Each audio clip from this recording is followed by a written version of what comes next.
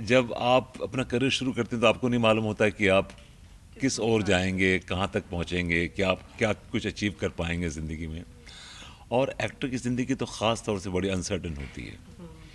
तो जब मैंने अपना करियर शुरू किया था तो मेरे भी बहुत ड्रीम्स थे, बहुत सपने थे।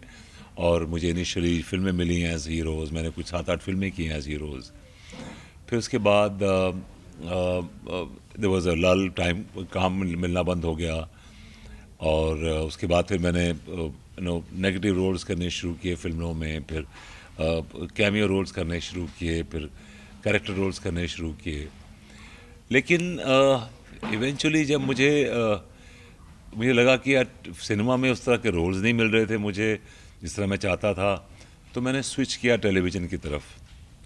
और टेलीविज़न में मुझे रोल्स भी अच्छे मिलने लगे। और फिर एक कहीं ना कहीं मुझे एक जॉब सेटिस्फेक्शन होती है ना, वो मुझे टीवी ने दी। कि कहीं ना कहीं मुझे लगता था कि यार मैं एज एन एक्टर तो कम से कम मुझे सेटिस्फेक्शन मिलती है। भाई कंपैरेटिवली आप सिनेमा एक्टर हैं, आप टीवी एक्टर हैं, कहीं ना कहीं वो तो आप में वो कंपैरिजन होता ही है। लेकिन इन माय केस मैंने कभी भी, हालांकि मैंने करीब 100 के ऊपर फिल्में भी की हैं और थिएटर भी मैंने बहुत किया है और टेलीविज़न भी बहुत किया है।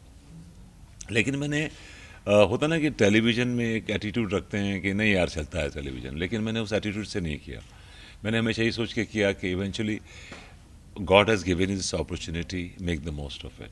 तो मेरी ये कोशिश रही है कि मैं कैसे अपने कैरेक्टर को जस्टिफाई कर सकूं, कैसे मैं उसको पब्लिक के सामने, ऑडियंस के सामने प्रोजेक्ट कर सकूं कि with best of my abilities. बस मेरी ये कोशिश रही, एक वेरी ऑनेस्ट एफर्ट रहा है मेरा।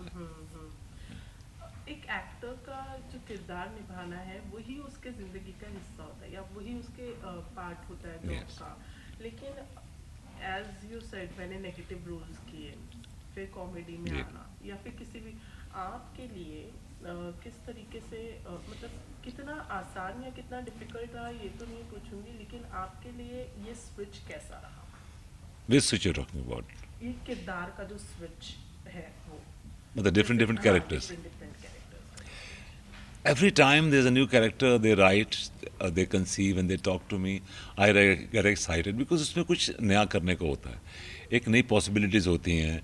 और जो एक मोनोटनी है आपकी ज़िंदगी की वो टूटती है कि कुछ अलग कर रहे हैं आप, कुछ डिफरेंट कर रहे हैं आप। और that's what keeps me going as an actor. मुझे लगता है कि एक एक्टर के लिए एक चैलेंज अगर नहीं है किसी चीज़ में, अब तो विभूति तो इतना इजी कैरेक्टर है कि it's like back of hand कि मैं इजीली कर जाता हूँ, उसमें मुझे बहुत ज़्यादा एफर्ट नहीं करने पड़ते। लेकिन जब मैं कोई नया कैरेक्टर करता हूँ तो उसमें मुझे पूरा एक नया कैरेक्टर क्रिएट करना होता है। तो वो जो नया कैरेक्टर क्रिएट करने में जो एक प्रोसेस है, वो जो मज़ा है, वो एक अपने आप में एक उपलब्धि है। बिकॉज उसमें मैं अकेला ही नहीं होता हूँ, उसमें हर काफ़ी लोग इन्वॉल्व होते हैं, कॉन्वर्सेशंस होती हैं फ़ोन पे कि ऐसा क्यों, ऐसा ऐसा कर लेते हैं, वैसा कर लेते हैं, ये कपड़ा नहीं, ये कलर बराबर नहीं जा रहा है, ये ऐसा कलर कर लेते हैं।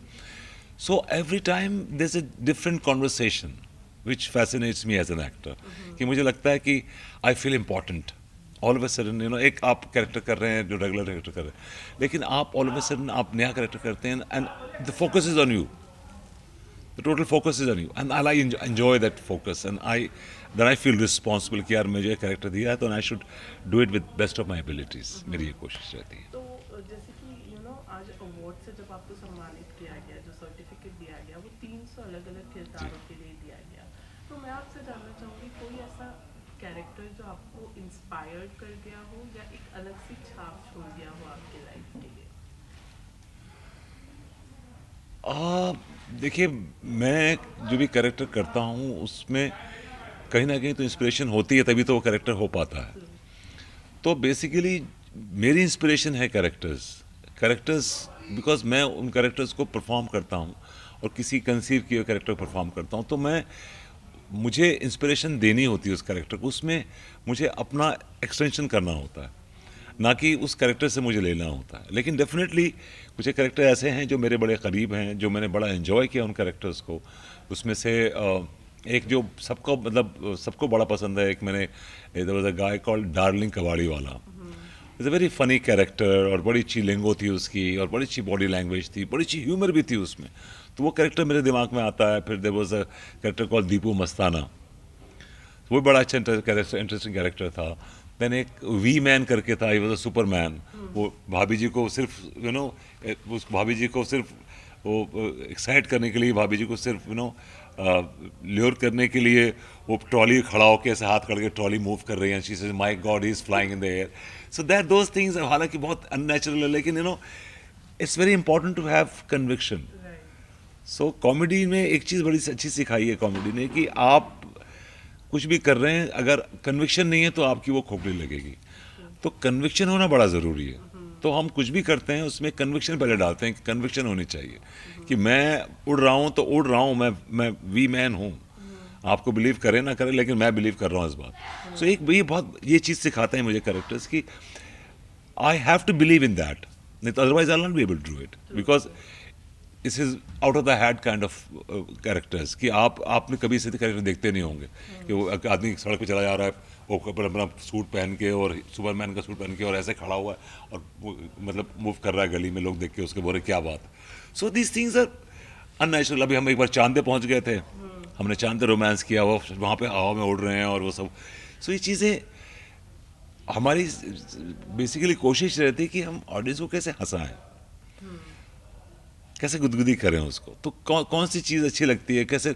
तो उसमें क्या होता है कि एक पूरा प्रोसेस होता है उसमें, और हर आदमी अपना अपना कंट्रीब्यूशन करता है. जी.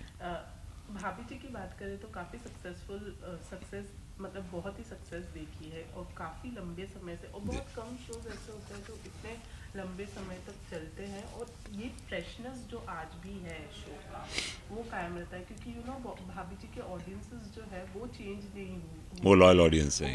ऑडियंसेस जो है वो इतने सालों से हैं, तो वो टिके हुए हैं, कहीं से भी बोर नहीं होता उनको. That's because of comedy.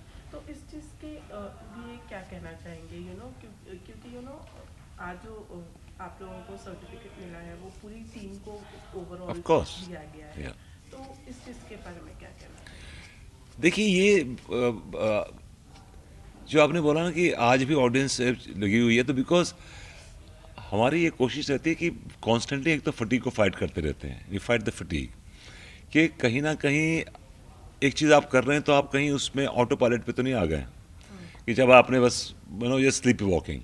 तो ऐसा नहीं है, आप हमेशा झकझोरते रहते हैं. हमारा काम ही रहता है कि हम उसमें से जो ऐसा कहीं ऐसा दिखता है कि ऐसे महसूस होता है, तो उसको पहले पकड़ते हैं कि देखो गलत जा रहा है, come back, let's do it this way.